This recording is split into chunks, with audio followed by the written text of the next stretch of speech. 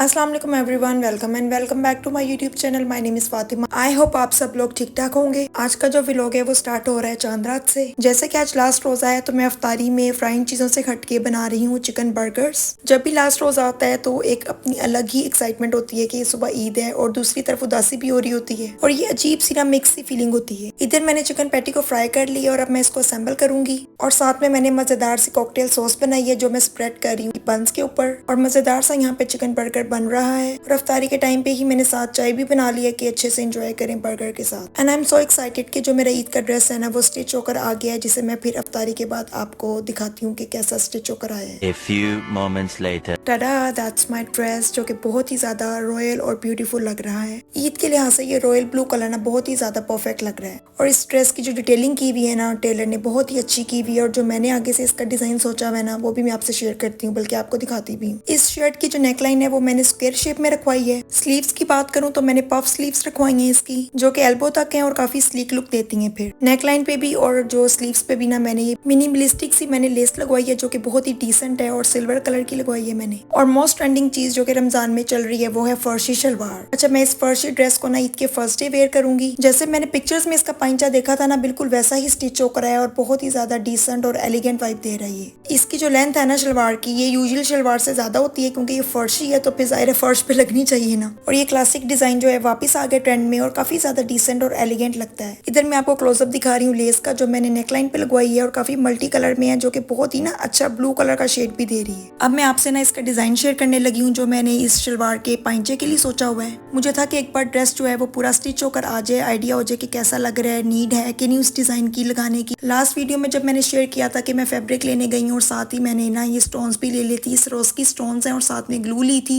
ये Swarovski stones ना मुझे हमेशा से इतने ज्यादा अट्रैक्ट करते थे ना तो मेरा दिल करता था कि मैं इसको अपनी किसी ना आउटफिट पे जरूर लगाऊं। मेरे फॉर्मल ड्रेसेस में तो ये लगे हुए हैं बट मैं चाह रही थी कि ये ईद वाले ड्रेस में बिना किसी तरह मैं इसको अच्छे से लगा पाऊं। और आजकल ये वैसे ही बहुत ज्यादा इन है और डिजाइनर वेयर में भी देखो तो ये लगे हुए होते हैं और बहुत ही ज्यादा ना प्यारे लगते हैं लगे हुए। चलने अब मैं आपको दिखाती हूँ अपनी क्रिएटिविटी जो कि मैं इस पाइंचे पे करने लगी हूँ। इस क्रिएटिविटी के बाद ना जो ड्रेस की लुक है ना वो और भी ज्यादा इनहेंस हो जाएगी। 3, 2, 1 माशाल्लाह, लुक एट दैट, कितना हसीन लग रहा है ना ये स्टाइल।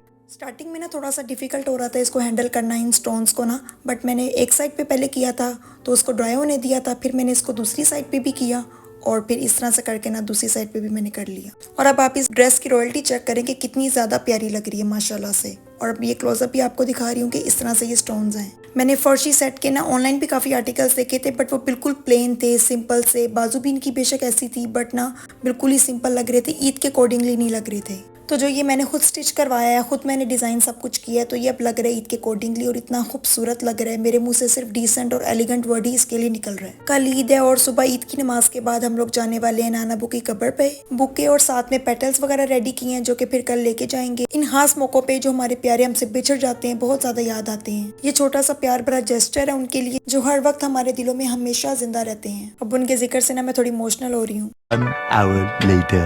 उसके बाद फिर मामा ने फ़ोन किया मामू को कि आप लोगों ने सुबह ईद का नाश्ता हमारी तरफ करना है और अब सुबह इंशाल्लाह ताला मामू की फैमिली आ रही है नाश्ते पे। और इस तरह से ईद की नमाज के बाद फिर गेट टुगेदर का सीन है। और इसी तरह से फिर मामा बाकी सबको भी फ़ोन वगैरह कर रही थी, चांद रात विश कर रही थी और फिर मैंने भी अपनी फ्रेंड्स वगैरह को फैमिली में सबको विश किया चांद रात। और ये जो मैं आपसे क्लिप शेयर कर रही हूँ ये लेट नाइट का है, 12-1 बजे का क्लिप है जो कि मुझे फिर भूख लग रही थी तो फिर मैंने अपने लिए यहाँ पे पास्ता बना लिया था। देन मैंने अपना ड्रेस आयरन किया और उसके बाद मैंने प्यारा सा नेल पेंट अप्लाई कर लिया। अब मैं आपसे सुबह मिलूंगी ईद की तैयारियों के साथ। 6 hours later. जो भी मेरा व्लॉग देख रहे हैं सुन रहे हैं आप सबको ईद मुबारक और आपकी फैमिली को भी।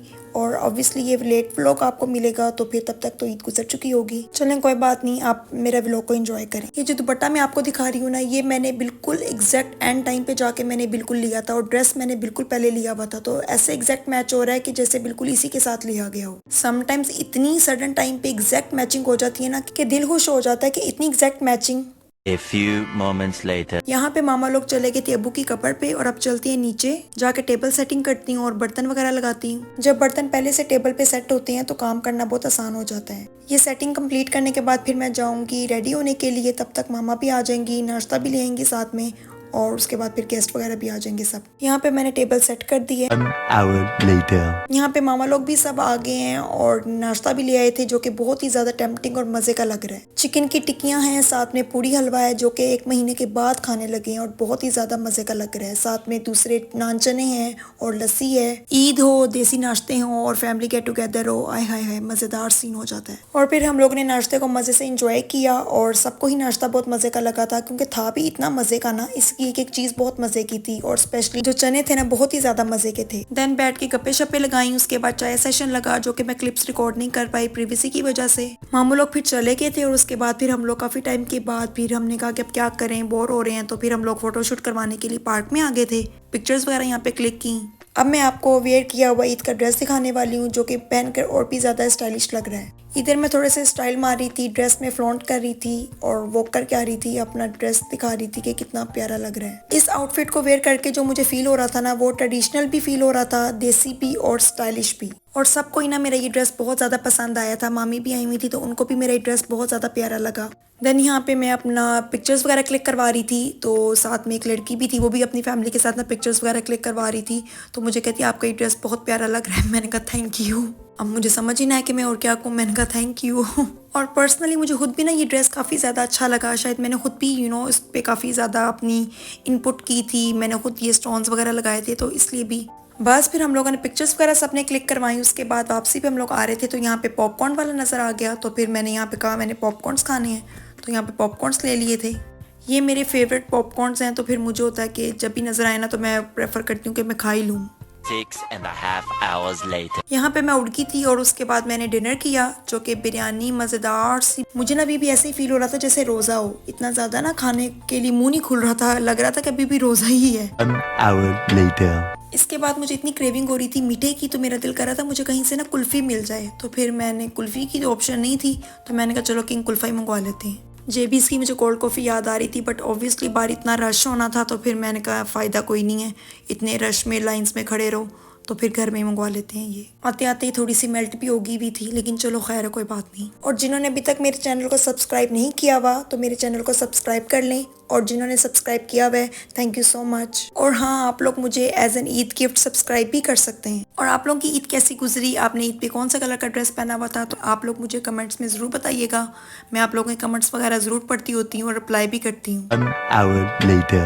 चांद रात पे तो मैं मेहंदी लगवाने नहीं गई थी, मुझे टाइम ही नहीं मिला था, तो बट अब ईद वाले दिन हम लोग यहाँ पे बैठ के ना मैं मामा को इस तरह से मेहंदी लगा रही हूँ। मामा के उल्टे हाथ पे मैंने ये स्टिकर वाली मेहंदी लगाई थी और सीधे हाथ पे ना मैंने ये मेहंदी खुद लगाई थी उनको। अच्छा, इससे पहले ना मैंने कभी भी खुद को या किसी को भी ना मेहंदी कभी भी नहीं लगाई थी, बट मैंने फर्स्ट टाइम ये ट्राई की है और ये ड्राई भी बहुत जल्दी हो रही थी और इसका कलर भी इतना ज्यादा डार्क आया ना, मरून कलर का आया है, बहुत ही अच्छा इसका कलर भी आया है। फर्स्ट टाइम के लिहाज से तो मैंने जो मेहंदी लगाई है मुझे तो बहुत अच्छी लगी, अपने हाथ पे भी मैंने लगाई थी और मामा को भी लगाई, मुझे तो बहुत अच्छी लगी थी। चाय मैं बना के यहाँ पे ले आई थी और उसके साथ फिर मेरा दिल कर रहा था मैं दूसरे हाथ पे भी लगा लूँ। ये कुछ इस तरह से लगी थी उल्टे हाथ पे और इसका कलर भी काफी डार्क आया हुआ है। ये था मेरा आज का व्लॉग, चांद रात प्लस ईद का व्लॉग। आई होप आपको बहुत अच्छा लगा होगा। मेरे चैनल को सब्सक्राइब कर लेना। मैं आपसे मिलूंगी नेक्स्ट वीडियो में, तब तक के लिए टाटा बाय बाय।